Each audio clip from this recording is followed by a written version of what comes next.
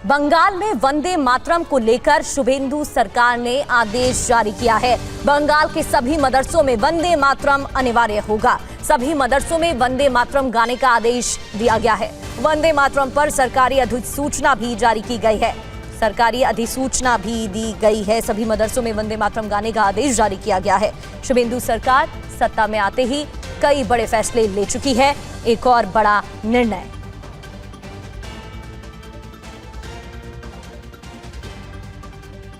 तो वंदे मातरम पर शुभेंदु सरकार ने नया आदेश दे दिया है। क्या कहा है? पश्चिम बंगाल के सभी मदरसों में वंदे मातरम अनिवार्य होगा। सरकारी हो या गैर सरकारी मदरसे हो, वंदे मातरम गाने का आदेश दिया गया है। मदरसों में प्रार्थना के समय वंदे मातरम गाना जरूरी होगा। वंदे मातरम को लेकर सरकार ने अधिसूचना जारी की है और यह आदेश दिया गया है। तो मदरसों में वंदे मातरम के आदेश पर टीएमसी सांसद का बयान भी सामने आया है। मामले पर हो रही है सियासत। सौगत रॉय ने कहा, वंदे मातरम धार्मिक गीत नहीं है। अगर सरकार चाहती है तो वंदे मातरम गाना होगा। यह ऐसा निर्णय है जो थोपा गया है। और रवि शंकर दत्ता हमारे संवाददाता में ज्वाइन कर चुके हैं। रवि, शुभेंदु सरकार की तरफ से लगातार कई बड़े फैसले लिए गए हैं। सत्ता में आते ही सरकार की तरफ से कहा जा रहा है, चाहे बीएसएफ को जमीन देने का मामला हो, केंद्रीय योजना लागू करने का मामला हो या फिर वंदे मातरम अनिवार्य करने का, जनता और राज्य के हित में ये निर्णय लिए जा रहे हैं। हालांकि अब इस पर सियासत भी हो रही है।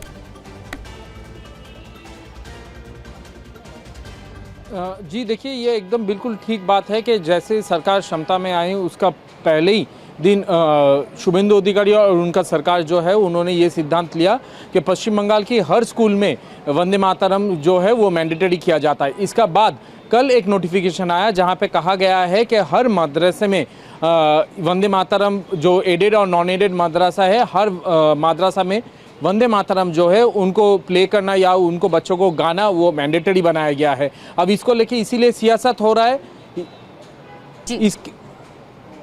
इसके कारण ये है कि पश्चिम बंगाल में ये जो मामला है वंदे मातरम का, इसको लेके पहले भी झमेला हुआ था जब पार्लियामेंट में ये बात उठी थी और हम लोगों ने ये देखा था कि पश्चिम बंगाल में तृणमूल कांग्रेस और बीजेपी एक दूसरे के खिलाफ आवाज़ उठा रहा है वंदे मातरम को लेके। और वही वंदे मातरम को लेके आज जब मदरसों में मैंडेटरी किया जा रहा है तब इसको लेके फिर सियासत हो रही है। जो अलग अलग फ्रंट्स है, जैसे कि तृणमूल कांग्रेस है या तो फिर मान लीजिए जो मौलानाज है, वो भी यहाँ पे ये आवाज़ उठा रही है और उसको लेके यहाँ पे वितर्क हो रही है।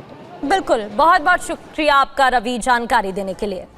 आगे बढ़ते हुए बात पश्चिम बंगाल की करते हैं। पश्चिम बंगाल की फाल्टा सीट पर फिर से आज मतदान हो रहा है। वोटिंग में गड़बड़ी की वजह से फाल्टा में चुनाव रद्द हो गया था। आज वोटिंग के बाद 24 मई को नतीजे आएंगे, लेकिन बड़ा सवाल यह है कि फाल्टा में बाजी कौन मारेगा।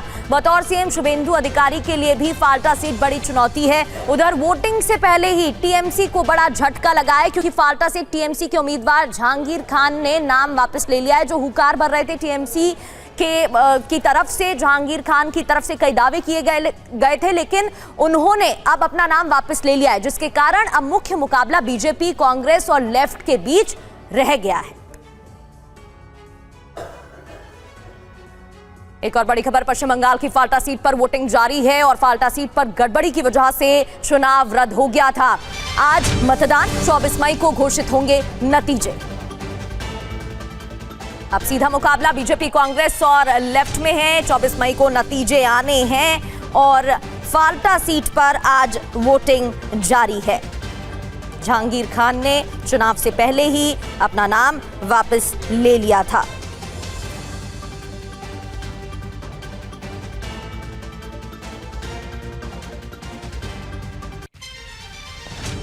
तो फाल्टा में हो रही रीपोलिंग, सीधे हमारे सहयोगी रविशंकर दत्ता का रुख करते हैं। रवि, संभव हो तो दिखाएं तस्वीरें इस वक्त। क्या चुनाव की जो वोटिंग इस वक्त हो रही है, क्या कह रहे हैं कैंडिडेट्स? और खबर यहां फाल्टा सीट से लेकर यही है जहां टीएमसी उम्मीदवार ने अपना नाम वापस ले लिया।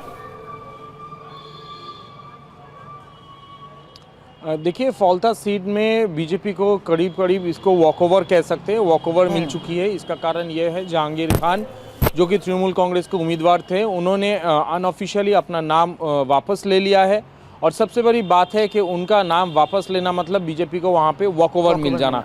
अब जहांगीर खान ने अपना नाम तो वापस लिया है, लेकिन ईवीएम में उनका तस्वीर भी रहेगा और तृणमूल कांग्रेस के जो बटन है वो भी रहेंगे। अब देखना ये है कि उनका नाम जो उन्होंने घोषणा किया है हम वापस लेंगे, उसके बाद उनको तृणमूल कांग्रेस को वहाँ पे कितना वोट मिलता है। और सबसे अहम जो बात है वहाँ पे, अब तृणमूल कांग्रेस क्योंकि अपने आप को विड्रॉ कर लिया है जहांगीर खान के माध्यम से, बीजेपी लेफ्ट और कांग्रेस के बीच लड़ाई होगी। अब बीजेपी कितने सीट में इसमें बढ़ोतरी मिलते हैं, ज़्यादातर ऐसा होता है कि जब ऐसे उपचुनाव होते हैं या तो रीपोलिंग होती है, वहाँ जो सरकार सत्ता में है उनको यहाँ पे एडवांटेज मिलती है और फलता में भी यही शायद दिखाई देगा 24 मई को। बिल्कुल रवि, जिस तरीके से चुनाव के नतीजे रहे हैं उसको देखते हुए ये माना जा सकता है कि वॉकओवर बीजेपी को मिल सकता है और इसके बाद सीटों का आंकड़ा बीजेपी का 208 हो जाएगा। और इस बीच बता दें, फाल्टा सीट पर टीएमसी उम्मीदवार नहीं है और जिस बात का हमारे सहयोगी ने जिक्र किया, बीजेपी, सीपीएम और कांग्रेस के बीच मुकाबला हो रहा है। टीएमसी के उम्मीदवार के नाम वापस लेने का मतलब है कि बीजेपी को सीधे तौर पर वॉकओवर मिलना और वोटिंग से पहले टीएमसी उम्मीदवार जहांगीर ने ही अपना नाम वापस लिया है। पश्चिम बंगाल के सीएम शिवेंदु अधिकारी ने सीए को लेकर अब बड़ा बयान दिया है। इस वक्त एक और खबर